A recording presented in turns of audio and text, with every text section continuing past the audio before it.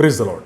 આજે આપણે લુક તેનો પહેલો અધ્યાય અને તેની 78મી કલમમાંથી પ્રભુના વચનો જોવાના છે. વચન આ પ્રમાણે છે: આપણા ઈશ્વરની ઘણી દયાથી અરુણોદય ઉપરથી આપણા પર આવશે. આમીન.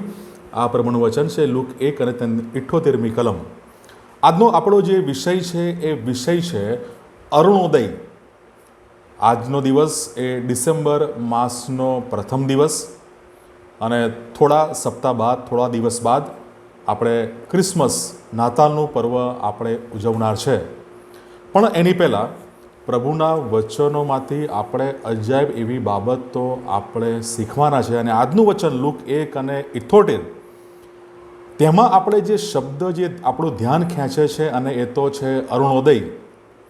ઉગતો સૂર્ય, પ્રભાત, પ્રકાશ એ ખ્રિસ્ત ઈસુ મસીહા માટે એ એક પ્રકારના રૂપક જે પવિત્ર શાસ્ત્રમાં એ અલગ અલગ જગ્યાએ એ વપરાયા છે, જે અંધકારમાં રહેતા લોકો માટે એ પ્રકાશ અને એ જીવન લાવે છે.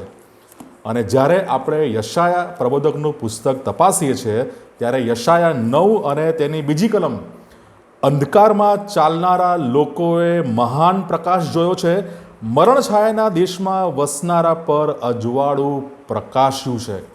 અને યશાયા તેનો 60મો અધ્યાય તેની પહેલી કલમથી ત્રીજી કલમ સુધી તમે જુઓ તો એ નોંધે છે, ઉઠ, પ્રકાશિત થા, કેમ કે તારો પ્રકાશ આવ્યો છે. અને ત્રીજી કલમ કહે છે, પ્રજાઓ તારા પ્રકાશ તરફ તથા રાજાઓ તારા ઉદયના તેજ તરફ ચાલ્યા આવશે.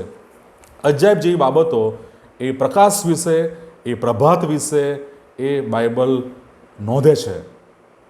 ઈસુ ખ્રિસ્ત એ પ્રકાશ છે, એ અજવાળું છે કે જે તારણના માર્ગને એ પ્રકાશિત કરે છે. આ પૃથ્વી પર જન્મ લઈને પ્રભુ ઈસુ ખ્રિસ્ત એ તારણના માર્ગને એ પ્રકાશિત કરે છે, જે આશા અને એ ન્યાયપણું લાવે છે. યહૂદી લોકો માટે એ પ્રકાશનું રૂપક એ બહુ અગત્યનું હતું અને એ બહુ પરિચિત હતું, કારણ કે પ્રબોધકો એ ઘણીવાર એ બોલ્યા હતા. જેમ કે યશાયા 9મો અધ્યાય બીજી કલમ, અંધકારમાં ચાલનારા લોકોએ મહાન પ્રકાશ જોયો છે, મરણ છાયાના દેશમાં વસનારા પર અજવાળું પ્રકાશ્યું છે. આ રીતે ઘણી બધી વખત એમણે એ શબ્દ એ સાંભળ્યો છે, એનાથી એ પરિચિત છે. સૂર્યોદય, અરુણોદય, ઇંગ્લિશમાં શબ્દ છે સનરાઇઝ, રાઇઝિંગ સન. આ બધા શબ્દોનો ઉલ્લેખ એ એક નવી આશા, એક નવી શરૂઆત અને ઈશ્વરના વચનોની પરિપૂર્ણતાને એ ઉજાગર કરે છે. અને આજનું વચન એ બતાવે છે કે પ્રભુ ઈસુનું આ પૃથ્વી પરનું આગમન એ કોઈ આકસ્મિક ઘટના નથી. પ્રભુ ઈસુ ખ્રિસ્તનો જન્મ લેવો એ કોઈ આકસ્મિક ઘટના નથી, પણ એ ઈશ્વરની દયા અને તારણના નવા યુગની એ શરૂઆત એ છે.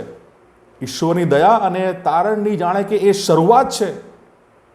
અને લુક 1 અને 78મી કલમ કહે છે, આપણા ઈશ્વરની ઘણી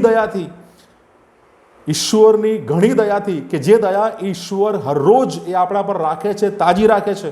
ઈશ્વરની ઘણી દયાથી એ અરુણોદય એ આપણા ઉપર એ આવશે, ઉપરથી હેવન આવશે. ઇંગ્લિશમાં લખેલું છે, rising sun will come to us from heaven. અને એ કોઈ આકસ્મિક ઘટના નથી, એ આપણે બરાબર એને સમજીએ. ખ્રિસ્તનો પ્રકાશ એ જગતના જે શત્રુઓ છે, એ ભય, અપરાધ, પાપ અને પાપની તમામ અસરો એ અંધકારને એ દૂર કરે છે. ખ્રિસ્તનો પ્રકાશ એ પાપના તમામ અંધકારને એ દૂર કરે છે. અને તે દાઉદના કુળમાં જન્મ લેનાર ઈસુ ખ્રિસ્ત કે જે તારણનું સિંહ છે.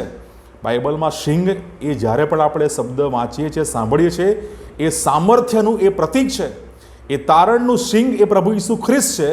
અને તે એ બધી બાબતો એ અંધકાર એ દૂર કરે છે. એ બધી બાબતો પાપ અને પાપની અસરોને એ દૂર કરે છે.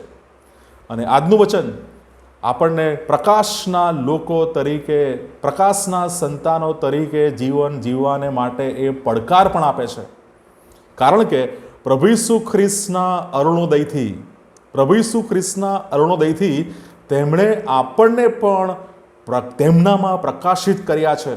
અને તેમના પ્રકાશને જગતના લોકો, બીજી પ્રજાઓ કે જે લોકો એ આ પ્રકાશથી એ વિમુખ છે, જેમણે કદી પ્રકાશનો અનુભવ કર્યો નથી, એ લોકો સુધી આપણે એ ખ્રિસ્તના પ્રકાશને લઈ જવાની આજ્ઞા આપણને આપવામાં આવી છે, કહેવામાં આવ્યું છે. આવો ડિસેમ્બર માસના પહેલા દિવસથી આપણે પ્રભુના વચનો, પ્રભુની આજ્ઞા પ્રમાણે આ ખ્રિસ્ત જન્મ જયંતિના પર્વમાં પાપના અંધકારમાં ચાલનારા લોકો, એ લોકો સુધી આપણે ખ્રિસ્તનું સત્ય, ખ્રિસ્તની સુવાર્તાનો પ્રકાશ આપણે લઈ જઈએ અને સાથે એ પ્રકાશ આપણે પણ એ પામીને આપણે પણ ખ્રિસ્તમાં પ્રકાશિત થઈએ.